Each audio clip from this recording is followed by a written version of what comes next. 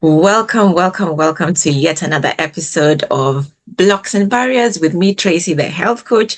Today, I have a special guest. I always have special guests. All my guests are special. So I have Kendra Joseph, a certified physician assistant and an expert in general and cosmetic dermatology. Kendra specializes in treating a wide range of skin conditions, including eczema, psoriasis, acne, and hair loss, and uses advanced techniques like PRP injections, microneedling, and laser treatments. Kendra is passionate about addressing dermatological issues in skin of color and advocating for inclusivity in the skincare industry. Kendra is also an active member of the Society of Dermatology Physician Assistants, where she's a diplomate fellow. She's also a member of the Skin of Color Society, where she's a part of their national and international committee. And she's also a member of the Caribbean Dermatology Association. Kendra actively engages patients in their care and has been featured in magazines like Vogue magazine. So it's such an honor to have her here with us. Welcome, Kendra. Thank you. Thank you so much for having me, Tracy. That was an excellent introduction. You have done your homework, and I appreciate the introduction. Thank you. You are so welcome. You are so welcome.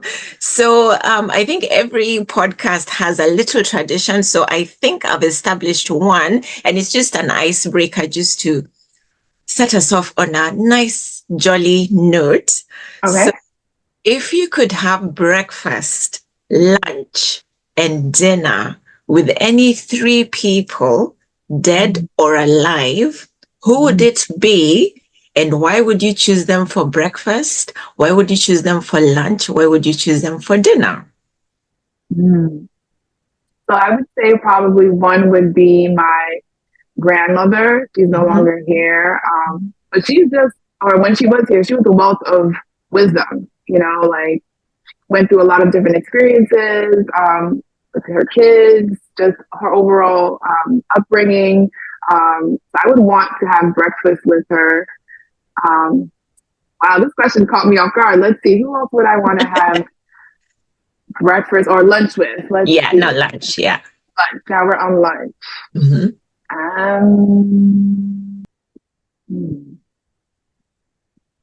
I don't know. They could be dead or alive. Yeah. Dead or alive. Celebrity, a singer, Bible character. Bible characters. Okay, so probably Esther. Esther is actually one of my favorite Bible characters. Interesting though, I know we're going to be talking about dermatology, but the story of Esther actually talked about almost, I call it like a beauty camp, because before they were selected or to be selected, they were actually pampered and they had like different treatments, which I thought was very interesting. Like way back then, there were even things that people did to take care of their skin, hair, and nails. Besides the fact that she was faithful and she prayed for her people and she was bold, just definitely speaking with her, I would want to know exactly what those treatments were. And then also just a little bit about her journey and her faith and how she was able to do all that she did. So probably Esther would be who I would want to have lunch with. Yeah. That was a good little tip Bible character. Yeah. Thirdly, so thirdly, my favorite gospel artist or favorite artist is actually Fred Hammond. I like his vocals, like his voice. I like his artistry in terms of the musical arrangement, and then also the lyrics. Always when I hear a Fred Hammond song, I'm just almost immediately placed in a place of worship. Those are the three people: my grandmother, Esther, and Fred Hammond. Fabulous. Question. Yeah. Excellent. So for maybe not everyone may understand or know what a physician assistant is. So please tell us, what is a physician assistant? Yes. So I like this question. So I am a dermatology PA or dermatology physician assistant. A physician assistant is a licensed clinician that is able to practice medicine in the United States alongside a physician. Specifically, I practice dermatology, but you can find PAs in any area of medicine, whether it's emergency medicine, primary care, you name it, more than likely a PA is there. We also have our colleagues, nurse practitioners. We have very similar roles, although they are following the nursing model and we follow the physician model. We essentially have neighboring roles. So we can do essentially the same exact things as a physician. We can evaluate, diagnose, prescribe medications, educate, counsel, doing procedures. So you can pretty much find us everywhere when it comes to healthcare and beyond. So there are PAs that also do things outside of the clinical setting. But essentially, yeah, that's what a PA is. Yeah, I think here in the UK we call them physician associates. So yeah, we do have them as Yes. well. Yeah. Well, the name change is actually in process here. It's still assistant, but soon it's going to be associate because that actually better represents what we do. We don't really assist physicians. I mean, we work collaboratively, but we are also able to see patients independently without the physician being on site, etc. Yeah. And do you find sometimes for some patients, they may find they may prefer to work with a doctor? Because I know that's an issue here. And for me personally, I've seen a physician associate, I've seen him lots of times, and he's always been so helpful. And of course, where he's stuck or needs to confer, just like any other doctor would, he confers and I'm always taken care of. So do you find that's a barrier for you guys as well? So it's getting better in terms of education. So I think really it's the lack of education. Some people still don't know what a PA is, and that's really up to us as PAs and others in the healthcare field to educate what is our role. Sometimes it can be mistaken for a medical assistant, and they are great too. They're also a part of the healthcare team, but our role is slightly different. And so it just really depends. I'm usually never offended when someone wants to be seen by the MD or DO. I definitely can support them in that decision. But a lot of times too, once people have had an experience with the PA, like how you've had, they understand that they're still getting the same quality care, sometimes even better. I've heard reported. So, it's totally fine. I encourage people to be seen by whomever they want and feel comfortable being seen by. But I think it's really up for us to educate people more on our role. So I really appreciate opportunities like this that I can get to kind of educate the general public on who we are and what we do. Yeah, wonderful. And so it sounds like you do so many things similar like a doctor would. So what led you to be a physician assistant when clearly you have the brains, you have everything that would take you to medicine? So what led you to be a physician assistant?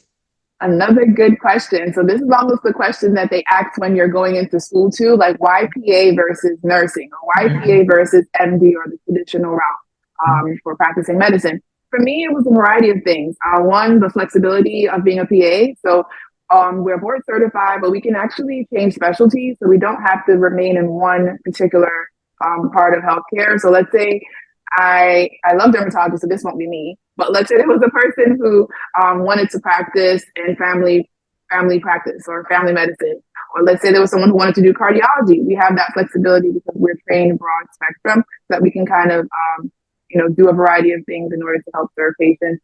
Also the time constraints, right? So I knew very early on that I didn't want to spend the majority of my, younger years in school. I still kind of ended up being in school because I did my doctorate and I graduated last year. But just in terms of work-life balance and figuring out how long I wanted to be in school and the cost commitment, there are some differences in terms of being a PA versus an MD or a DO, for example. So those factors also played a part in my decision of becoming a PA. Lastly, I also worked with a PA before I applied to PA school, and I really got to see firsthand how her life was and how she was still able to meet her patient's needs without having the MD credential. Yeah, marvelous. So it's just trying to find a balance in what you're passionate about, and also you're passionate about addressing dermatological issues in people of color, in skin of color. Yes. What's your drive for this Yes. passion? Yeah. Yeah. So good question. So, we're all human here, so I feel confident sharing this. But I had my own skin conditions as a teenager. It's a condition called keratosis pilaris. Some people call it strawberry legs or chicken skin, where you have rough, dry, and bumpy skin. And at the time, as a teenager, it made me very insecure because I would have to change, for example, for gym, and then you see my skin, it's like rough, dry, and bumpy. And at the time, I didn't know that I had KP, so my mom would take me to several dermatologists, and many of them, one, lacked providing education for me. They didn't really tell me exactly what I had. They just said, here, use this cream. And then every time I would use the cream, it would never really go away. And so we kept going to different places, just trying to get some answers, and we never really got the answers. Fast forward, when I was in college, I actually saw a PA, and she was able to actually tell me what I had, and gave me more information as to what the condition is and what the outcomes to expect. Because with all the treatments that I received, not that the treatments were wrong, but KP is a condition that doesn't really go away. And so it's important to have that expectation from the outset, because then you'll know exactly what to expect. It makes your skin smoother. It'll make it, not as visible, but it will not completely take it away. And just that piece of information in terms of education makes it a lot easier for a teenager to deal with, as opposed to just being told, here, use this cream, and sending you on your way. So I had my own derm issues, and I was helped by a PA. So then, that further helped me to kind of explore the PA route. Yeah, wonderful. And so is there a particular skin condition you prefer to treat or manage out of everything that you do? Oh, wow. There's so many that I love to manage. Yeah. Well, first off, as a derm PA and with a special interest in seeing patients with melanin-rich skin, there are some conditions that I see routinely all the time as a result of seeing that population. It's not uncommon if people see your profile online, they kind of identify with you because they look like you. So I'm always seeing a high volume of people that look like me. And so there are conditions that affect our population more than some of the other ethnicities. So things as simple as dandruff, which is also known as seborrheic dermatitis. You would think that it's such an easy thing. If you're a derm person, you'll see that, oh, this is just easy, but there are some slight nuances and things that you have to know in dealing with Afro-textured hair. And I always find that some of my colleagues without Afro-textured hair, they miss the mark in terms of how they manage the condition, because they're not familiar with the different hairstyling practices, how frequently people wash their hair. So I'm able to kind of counsel my patients on what to do and still allow them to see results as a result of having the knowledge personally and also professionally. So it's not derm, but I also treat keloids, I treat hair loss, acne. Hyperpigmentation is also a very big concern within the darker skin population. So I treat all of those things. Yeah, amazing. And what's one thing out of maybe one thing in our skincare that we neglect but is very important? Yeah, I love this question. So my answer is going to be sunscreen. I know people don't want to hear that, especially when you have more melanin. It is true that our melanocytes allows us to have a little bit more of the sun protection factor. So for example, let's say the general population is at around a 6 in terms of their SPF that's normally built into their skin. We would probably be around an 8 or a 9 or a 10, just to kind of give you an example. As a result of having darker skin, we're a little bit more protected against the rays that the sun emits that damages our skin, leads us to have skin cancer, and then also, fine lines and wrinkles, that kind of thing. But that does not mean, just because we have a little bit more, does not mean that we're fully protected. And that's something that I think a lot of people of color are not aware of, that not only is it going to help prevent us from getting skin cancer, but it's also really important when we have discoloration issues. So when we have pigment issues, whether it be hyperpigmentation, where your skin is in areas darker than other areas, or hypopigmentation, where your skin is lighter in other areas, the sun can significantly affect that. And that actually makes us age a little bit quicker. So we may not have the fine lines and wrinkles like some of our counterparts, but our skin tends to suffer with more discoloration, and sunscreen is a way to combat that by just using it every single day as a preventative measure. Excellent. And how much of a role does lifestyle, what we eat, stress, sleep quality play into these skin conditions, whether it's prevention, whether it's the manifestation, or even the management? Interestingly enough, I was actually speaking with my sister yesterday. This past weekend was actually the Skin of Color Update Conference. And so this is a conference, it's like the premier conference of skin of color conditions in dermatology. It's held every year in New York, and people from all over the world and all over the country attend just to get the latest and greatest information in terms of how to manage these conditions as a clinician. So I was speaking with my sister, and she said, what do you think about integrative medicine? And my personal take on it is really it should be at the forefront. I mean, it's becoming more popular now, but I think Western medicine usually has some hesitancy when it comes to integrating other approaches. But I think it's becoming more common now because we're seeing a lot of connection with the gut, for example, and your skin. And the gut obviously has to do with what we're putting into our body. So I definitely am an advocate. I even tell my patients, lifestyle is important. Sometimes we can't give you a prescription for getting rest. We can't give you a prescription for eating an anti-inflammatory diet, but those things are significantly helpful in terms of the overall outcome of your skin. Yes, I can help you further because there are some things that we can't control, like genetics. For some people, it could be environmental, like where they live sometimes affects their skin. So we kind of help out with medicinal products, like prescriptions and procedures, but definitely lifestyle, I think, is the foundation in terms of preventing some of these conditions that I see all the time that could be really helped by just minor changes. Yeah, amazing. And again, you've said you're based in New York. So in your practice, how far are people willing to come and see you or see your colleagues in your practice? I'm always amazed. Sometimes we don't really glean that information because we are very busy in practice. But sometimes when I ask, I'll be really shocked. Like there's some people who travel from upstate New York. So New York is a very big state. A lot of people don't understand that. We usually just kind of zero in on the 5 boroughs, New York City, which is the Bronx, Manhattan, Queens, Brooklyn, and Staten Island. But the state itself is very large. You can take about 5-6 hours up north if you wanted to, just to kind of get to the upper parts of New York State. So I've had patients that have come from upstate New York, several hours away, neighboring states, New Jersey, Connecticut. And because New York City is a melting pot, a lot of people also come from overseas. I've had patients from Africa, Asia, the Caribbean that may be here on vacation, but because in their areas they may not have the care that they want, when they're here, then they end up coming in for a consultation. So I see patients from near and far. Amazing. And I guess you've hinted already why someone would travel that far. Earlier on, you said, sometimes we want to see someone with a similar skin color to us, or like now maybe in our own areas, that service is not available. So besides those two, what are the reasons will bring them to you? So besides the geography as well as the... And just wanting to see someone similar. Yeah. Yeah, I mean, for some people, they may have seen someone before and may have not had a good experience. And so some people, I'm listed now online on a platform called ZocDoc where you're able to read reviews. So some people have given me feedback, well, hey, your reviews were really good, so I wanted to see you and see like if this would be a good fit. Other areas may also be availability.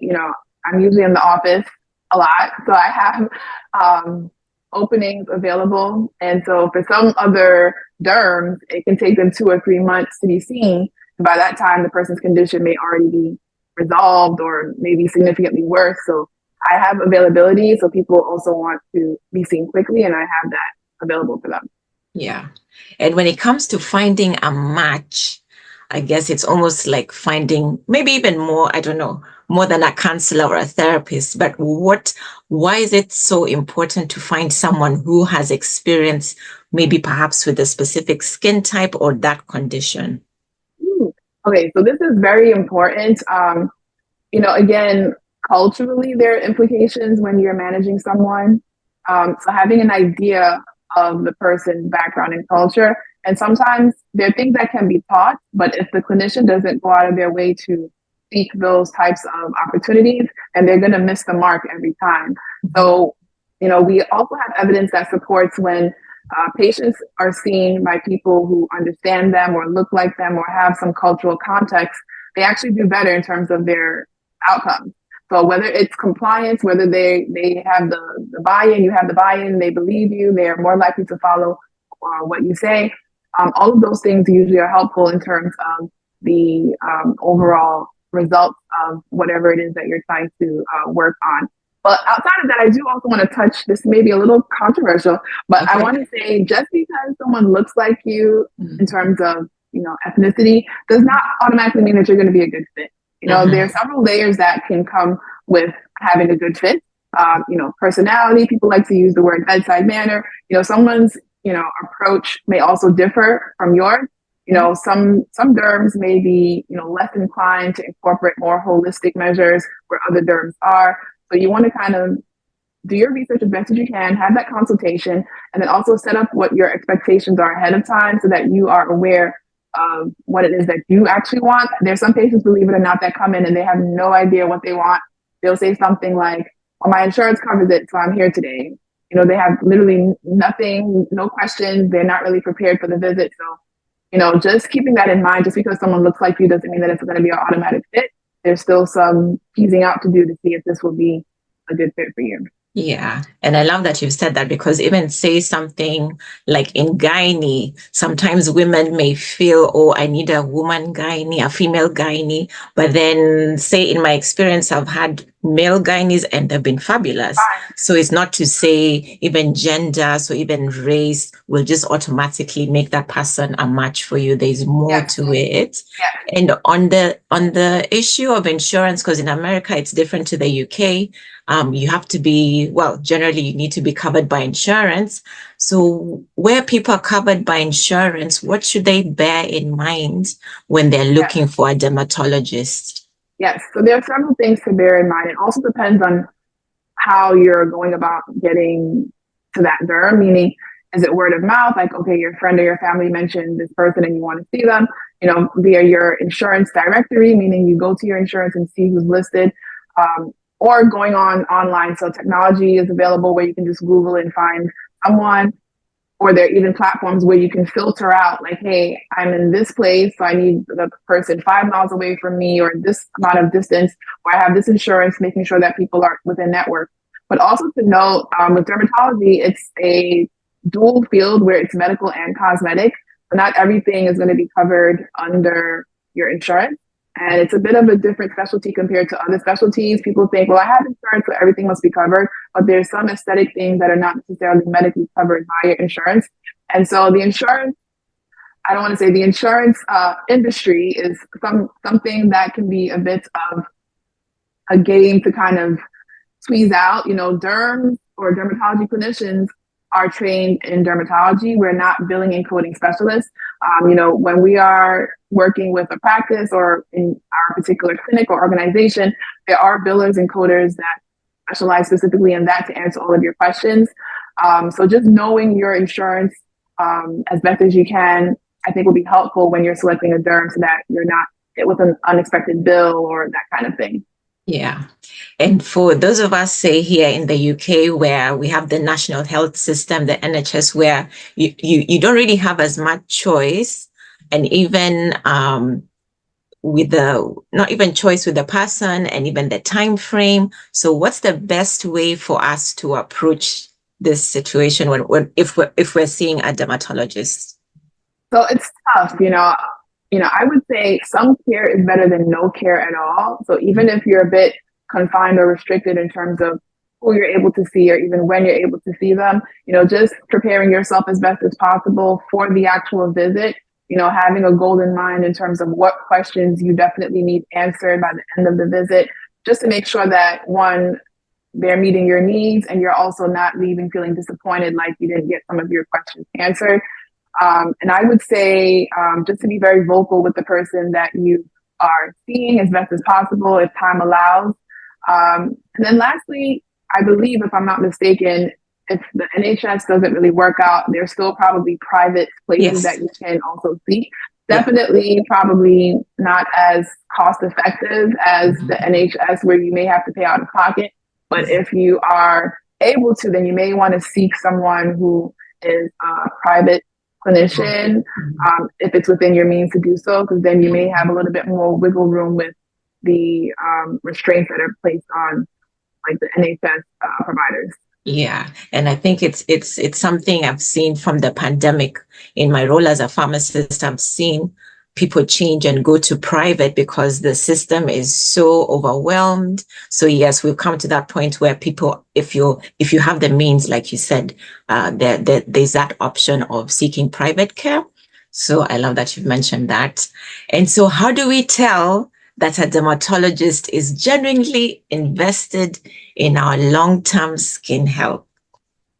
So this is a challenging question. You know, you cannot really tell that just from one visit. It really takes time to build that rapport with the person, seeing their level of engagement, you know, seeing if they're asking you for your feedback, not just giving you a prescription and sending you on your way and then seeing you back, but because our endpoints in terms of what we want to see as clinicians may sometimes differ than what the patient wants to see. And I have an example of that. So acne and dark spots is a very common condition. I think it's actually the most common derm condition. Almost everyone at some point in time will have either acne themselves or they may know someone very close to them with acne. And with darker skin, whenever it comes to an inflammatory condition like acne, you almost always end up with a dark spot. So most patients come in and that's their presenting concern. They don't care about the actual red or, you know, pustular bump, but they care about the dark spots because now that means they have to wear like foundation to cover up. This may also affect their self-esteem. They may not want to go out in public because their skin is not even and smooth. And so when they're coming to you and we're giving them recommendations, our goal really is to stop the inflammatory condition, the actual active breakout. The dark spots for most clinicians tend to be secondary because we can't really always treat them at the same time. I mean, you can, but there's some issues where you have to be careful.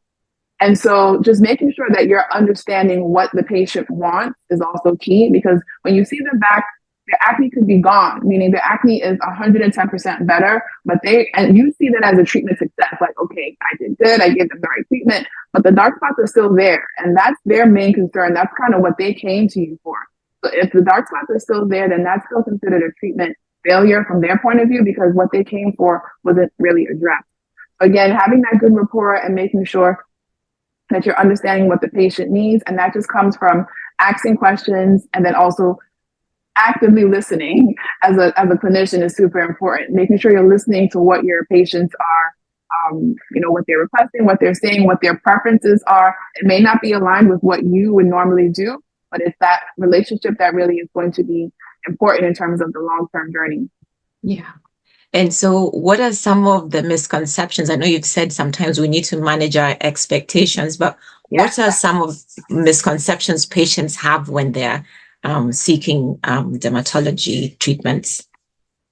So I would say this, number one, we don't have a magic wand, so we can't just like snap our fingers and your condition be gone. You know, most things actually take time. So having that expectation that things are going to be done just from one visit is usually not realistic. I mentioned the insurance stuff. You know, some things are not covered by insurance, so knowing that ahead of time is important. Let's see what else.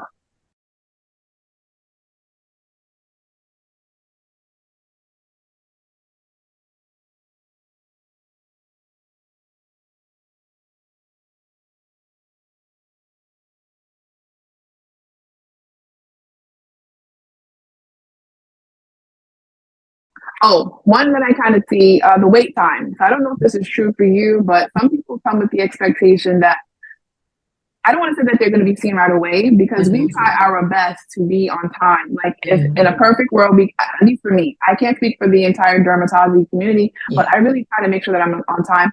But there's some things that may go outside of my control, you know, several things that I can list off. You know, there may be a patient that we've done a procedure on that may have started bleeding. Now I have to stop the bleeding. You know, certain things may cause us to run over time that we may not have anticipated. And so, you know, we're human just like you guys. And so just providing a little bit of grace, I think is, would be helpful in terms of, setting your expectations for like your first visit.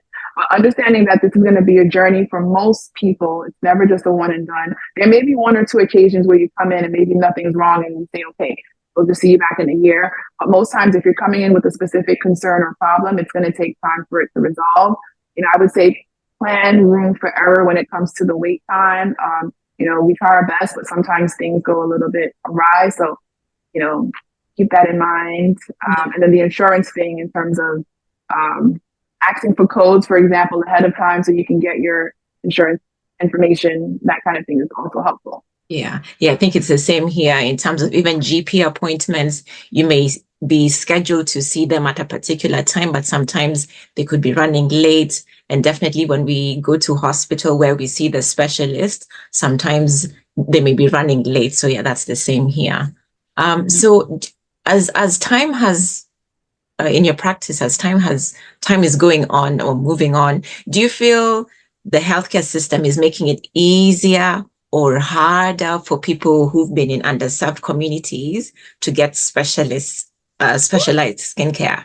Okay, so this is a loaded question. This stems even from the educational portion of dermatology. When it comes to our training, in terms of the actual textbooks and curriculum in dermatology, when you're opening up the textbooks, there are not very many pictures of patients of color. And so I think I read something by like 2040, the minority is going to become the majority in the world, right? Meaning the people now that are considered brown and black and all of that, they're going to be the large majority. So how is it that we're in school and we're learning about different skin conditions, but most of the pictures that helps us make the diagnosis are pictures that are not of brown and black people, right? That's a major issue because now you're starting off with misdiagnosing people because you don't know exactly what it looks like in darker skin types. And that's off an entire ricochet of things that now we need to manage in terms of side effects, mortality, morbidity, people not getting the care that they need. And then there are also like the socioeconomic issues, right? In terms of the political, we're in an election year right now. Yeah. I know you guys are in the UK, but there are lots of things that are kind of beyond me and my scope that have affected the inequalities that we see in terms of patients getting the care that they need, in terms of not having the finances or not being educated. All of these things play a part as to why we are often seeing patients that are in the minority population getting treatment later. Yeah. And so what advice would you give someone if they find they're in a situation where they're not matching or meshing with their dermatologist? This can be hard to navigate because you don't want to come off rude or insensitive, and you want to still express your concerns that you're maybe not satisfied or your expectations were a little bit different.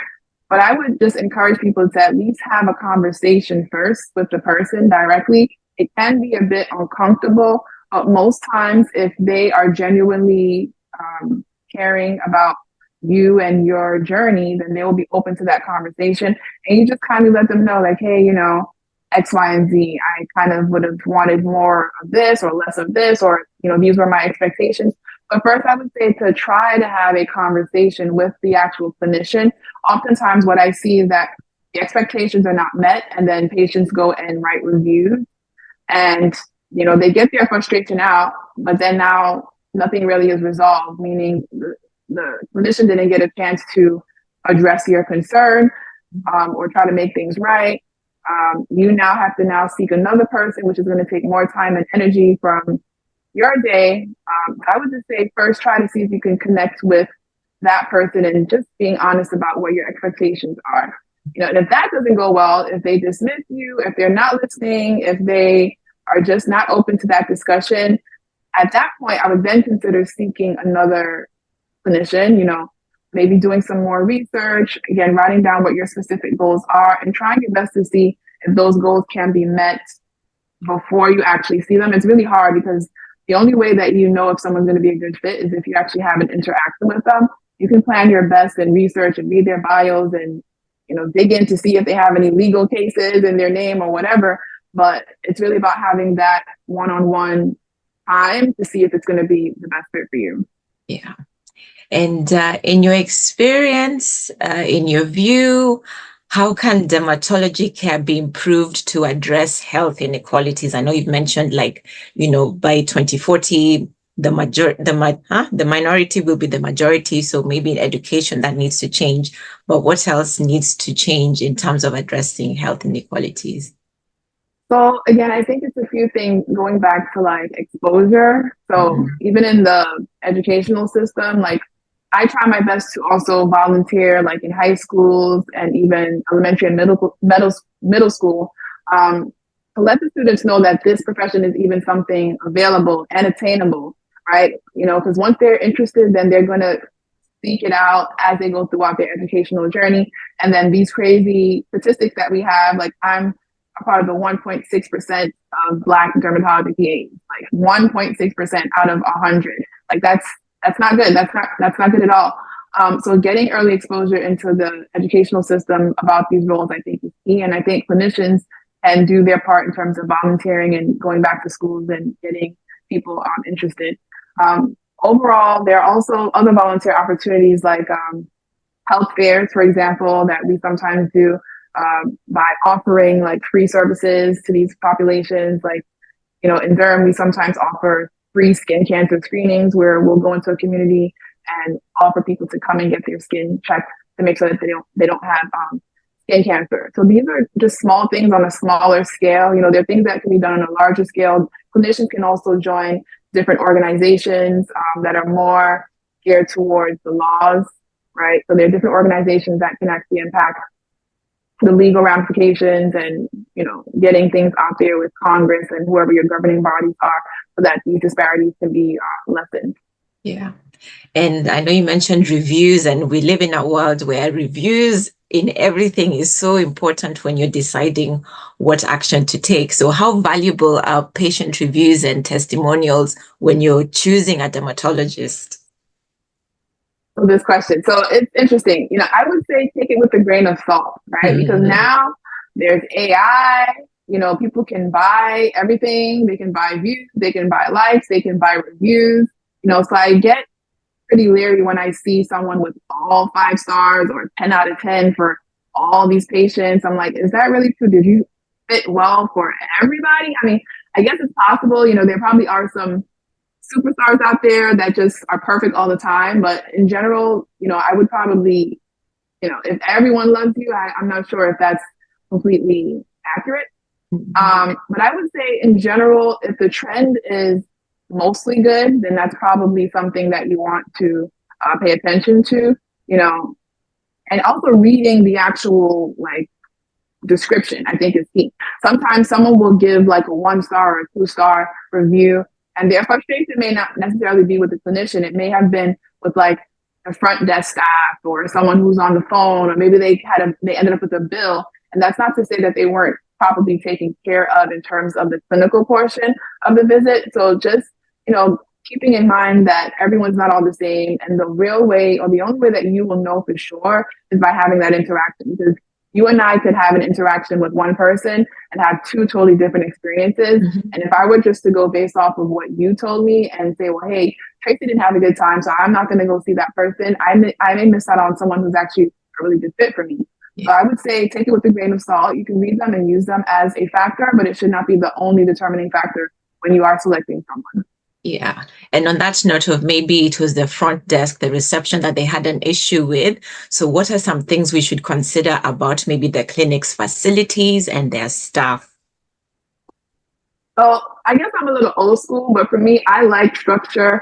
I like when things are clean. I like when things are very clear in terms of policies. So those things I think in general, I think people should look for. If the facility is not very clean, then it makes me think that they may not be that great in terms of hygiene when taking care of me. Things happen and I get it, but in general, you should try to make sure that things are fairly organized. And on the back end is true too. So, again, I'm a part of a group that's a very large group. So it's more of a corporation as opposed to like a small mom and pop based facility. And sometimes things can get lost between the cracks in terms of care, but there should always be a way for you to communicate with the office. So if you're having difficulty getting in contact with someone regarding something, if the follow-up time is taking you like several days. And those are some things that I would kind of pay attention to when choosing a particular office. Mm-hmm. And so let's say they've done their research, they found the dermatologist. What's the best way for them to prepare so that they get the most out of that appointment, especially if it's that very first one, they're meeting them for the first time? Yeah, so I would say have a goal in mind, meaning ask yourself the question, before I leave this office or before I leave this visit, what are some questions that I have to have answered? And then two, coming with your top two concerns. Oftentimes, and I get it, oftentimes patients will think, well, hey, I'm paying my insurance, I'm paying my copay, I'm taking off time off of work. So therefore, this derm better answer all my questions. I'm coming with like everything from A to Z, from since I was a child till now that I'm 30, I'm going to talk about every single spot. And I think having that as an expectation is a bit unfair. When it comes to our medical training, just one condition alone, just acne by itself, even though we see it all the time, can take a lot of time. There's so many different factors. Hormones play a part, your diet, what you're putting on your skin, your genetics, your lifestyle, right? We have to make sure you understand what's going on, what the plan is, what are the side effects. Talk about the coverage, the pharmacy stuff. There's so many different things just for one disease, right? It'll be a bit unfair for you to try to get 10 of those concerns into one visit. So I would say come with your top two concerns, come with questions about those concerns that you must have answered by the end of the visit. Also would be helpful if you have your previous history in terms of what things you've tried and failed before for that particular condition, because then it helps to guide us in terms of where not to go or where to go if we have that information. And then also, if possible, taking photos of your condition, because not with me, but for some people, it may be a little bit of a wait to see them. And by the time you get there, sometimes the condition is already gone, or it may not look the same as what it was before. And then that then skews our diagnosis. If you're able to take a photo of what the condition looked like when it first presented, then it also helps us in our management. I would say, yeah. And then having a good handle of your insurance. Like, do you have, or your insurance details? Do you have a deductible? Do you have a co-insurance? What is your copay? Just having those basic understandings will, I think, help you have a better experience for your first time visit. Yeah, good. And so with any condition that's being managed, the follow-up is important, but how important in dermatology is the follow-up? Follow-up is so important because not only is it going to help us see how well you're responding to the treatment, but it also gives you, the patient, a chance to address whatever concerns you may have. Like, let's say you're using a cream and it's burning your skin. Instead of you just not coming back and just stopping and being frustrated, you should come back and say, hey, I tried using this cream. I used it for 2 days. It burned my skin. What should I do? Or the opposite might be true. Let's say you're using the cream and it did wonders for your skin. You should come back and detail that, because there may be other things that we may need you to do in order to maintain that. That's a whole part of the management, is having a follow-up and knowing exactly where the plan is going to go. Some patients may feel uncomfortable with that recommendation because they feel it's like a waste of their time. Like, okay, I'm already cleared. What am I coming back in for? But maintenance is also part of a lot of these conditions. You have to know what to do next in order to maintain the results that you got. And they may think, oh, we're just trying to get another copay, or we're trying to build their insurance. But it's really a part of their care, making sure in terms of continuity, we're not just kind of stopping or starting and then stopping midway, but we're seeing you through the entire process. Yeah. So follow-up, very important. Mm. And so, what should we look out for in maybe what sort of aftercare support and resources a dermatologist can offer or offers? So one, I try to make sure I'm in the practice of doing this. I may not do it every single time, but I really try to have written instructions, because during the actual encounter, everyone's excited. Maybe it's your first time, or maybe you have lots of questions, but then the instructions in terms of what to do sometimes gets lost. So I would say if you're seeing someone and they have a protocol where they are writing down what you actually need to do when you go home, I think that's a good indicator that it's probably a good practice for you to connect with, because they're at least setting the tone that, okay, things may have gotten a little busy during your visit, but here are the actual expectations in terms of the steps that you need to take in order for your skin to be better. And then also, again, with the advent of technology, there are different platforms. Like we have Clara, which is a texting platform. And so let's say you're unable to reach us by phone because we're in clinic seeing patients, and you can actually leave a message via text, which is very convenient. Everyone has their phone with them. They can leave it, and it's HIPAA compliant, meaning that it's not a platform where it's easily attacked, where your personal information will be exposed. I know some patients are a bit concerned about that. It's like they don't want to put their name or any personal information online. But if a practice has something like that, where it makes connecting with the practice or the clinician easy, I think that's also a good signal in terms of post-care instructions. Yeah. And so during your work all these years, what are maybe some things that have positively surprised you while working in dermatology? I'd say probably one of the things that I love most about derm is just the sheer gratitude patients may have when you've helped them with something. It may seem like redundant for us because we're doing it every single day, but there are some patients that come in and you can see from their expression that they're like a changed person. And that always makes me very happy to kind of see people just happy as a result of their interaction with you, or even their management by you, that kind of thing. What else is there? Yeah, I would say that's probably number one. And then patients also, like if you're doing a good job when you end up starting seeing the entire family, like that also usually surprises me sometimes, where people will refer their mom, their sister, their friend, their coworker, like you end up seeing everybody. That's usually also a good thing for me to be a part of. Yeah. And so somebody has decided, you know what, I've got this thing on my body, this rash, it's been there for a long time. What are 3 maybe things they need to do in that process of finding a suitable dermatologist, just to begin with, just what they can do to begin with? So your question is finding a derm if they have a rash or some kind of skin. There's something going on, but they need to see a dermatologist. So what are the first few steps they can do in finding the appropriate person? A good match, yeah. So the easiest that I'm sure everyone probably does is going online and Googling like dermatologists near me and seeing who's within your area, and then seeing if they accept your insurance, and then reading their bio would probably be like the easiest step to see, well, hey, does this person have expertise in this particular condition that I have? How long has this person been practicing? Do they have the experience in addition to the clinical training? Those would probably be the first 3 steps that I can think of that mostly everyone does at this time. Is there anything extra you'd add that maybe we neglect? Yeah. I can't think of anything else that I would say. Yeah. Again, I think the real answer to that question is actually seeing the person. I don't think there's anything that's going to be a replacement for that. You can try to plan and prepare, which I still think is something that you should do. Yeah. But having that actual one-on-one visit, that consultation, is really what gives you the essence on if this is going to be a good fit for you.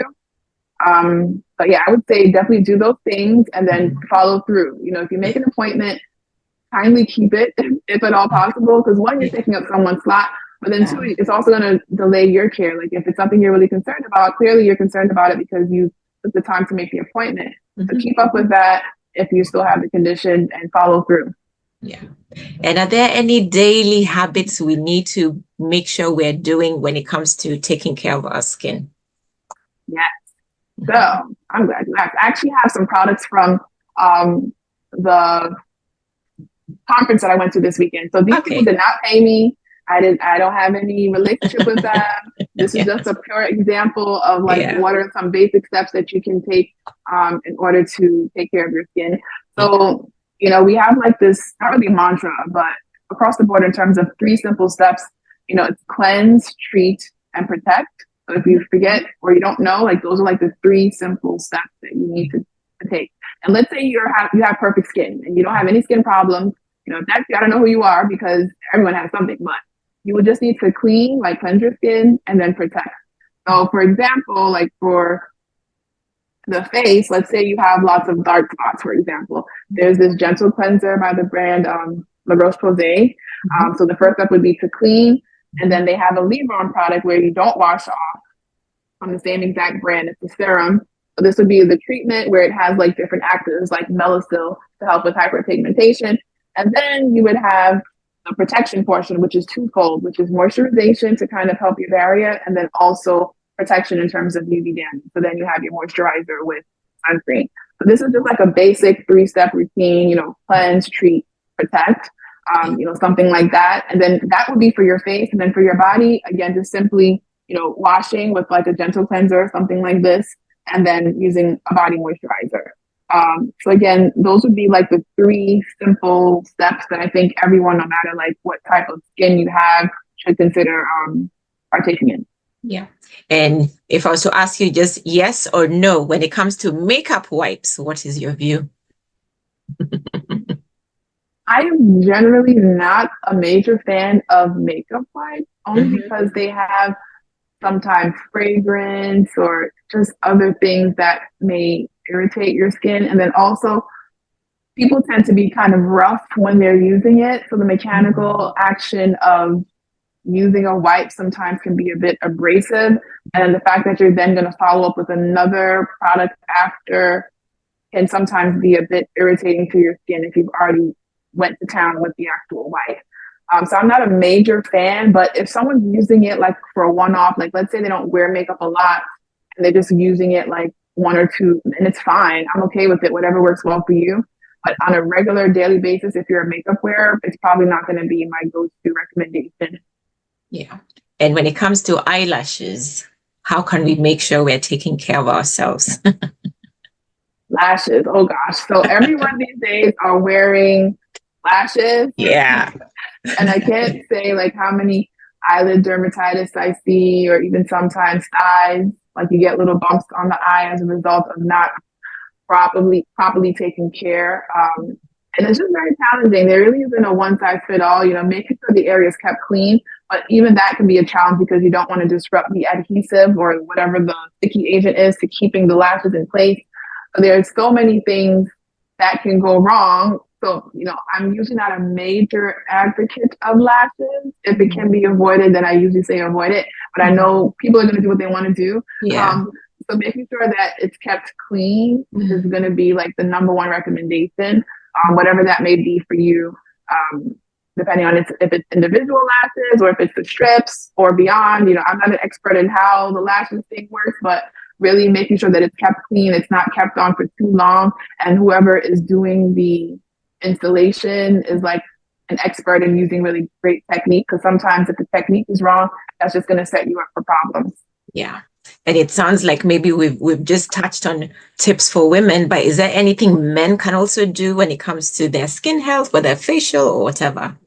Yes, I love that you included men, because sometimes it's like a neglected population. We are seeing a little bit more men come in, especially in my like niche, with skin of color. There are certain conditions that affect that population in terms of ingrown hairs, for example, and keloids and different types of things.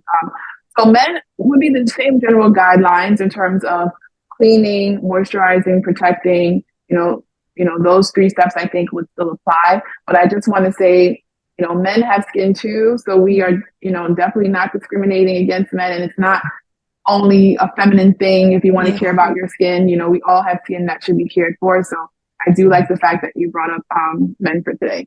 Lovely. So for the viewers, stay tuned. We always do our identify, overcome, and plan section. So stay tuned and don't go just yet.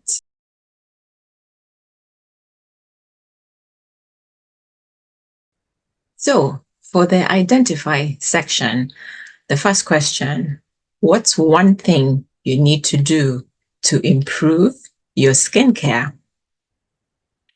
So Kendra's given us lots of tips: cleanse, treat.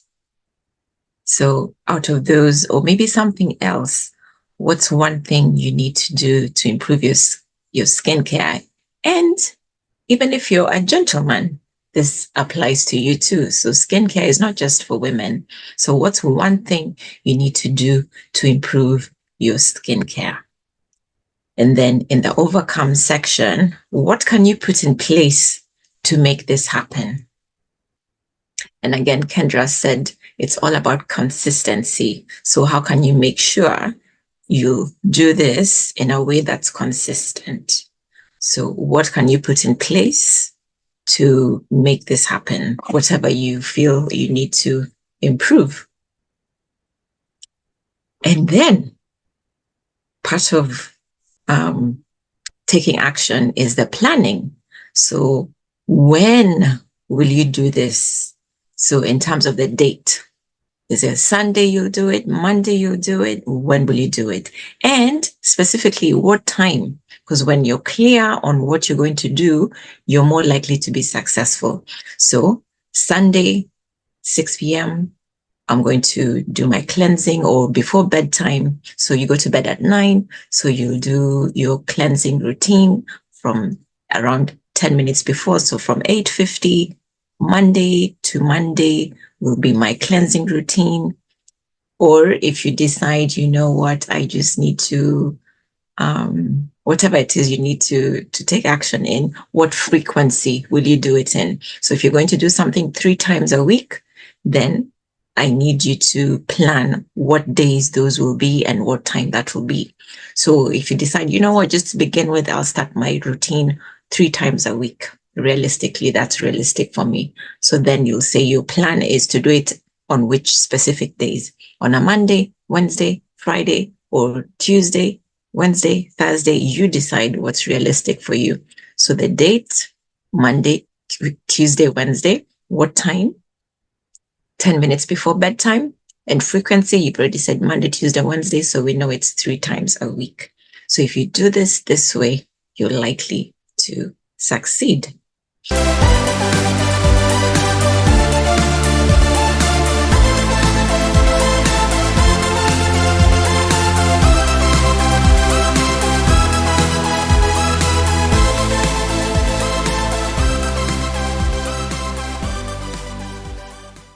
And so final tips on taking care of our skin. Yes. So if I had to pick one tip, I would say consistency is key. I find that a lot of people, they may start a routine and then they stop midway and then they try something else and they stop midway. So you have to really be consistent. You know, for anything to work, it can take time. And that's across the board in anything in life. Like, you know, nothing happens overnight. And if it does, then I'd probably be very concerned about how long it's going to last. So it's really about having a lifestyle approach, like making it a part of your routine, like your habit. It was something else I was going to say. Now I forgot. So consistency, it'll come to me. Maybe you have another question. Yeah. But keeping in mind the communication goes both ways. So you really need to communicate and, you know, voice your concerns, you know, have an opening ear, and just making sure that that rapport is kept intact, I think is key. And then if you're uncomfortable, it's okay for you to get a second opinion or to find someone else. You know, you don't have to stay in a situation that's not a good fit.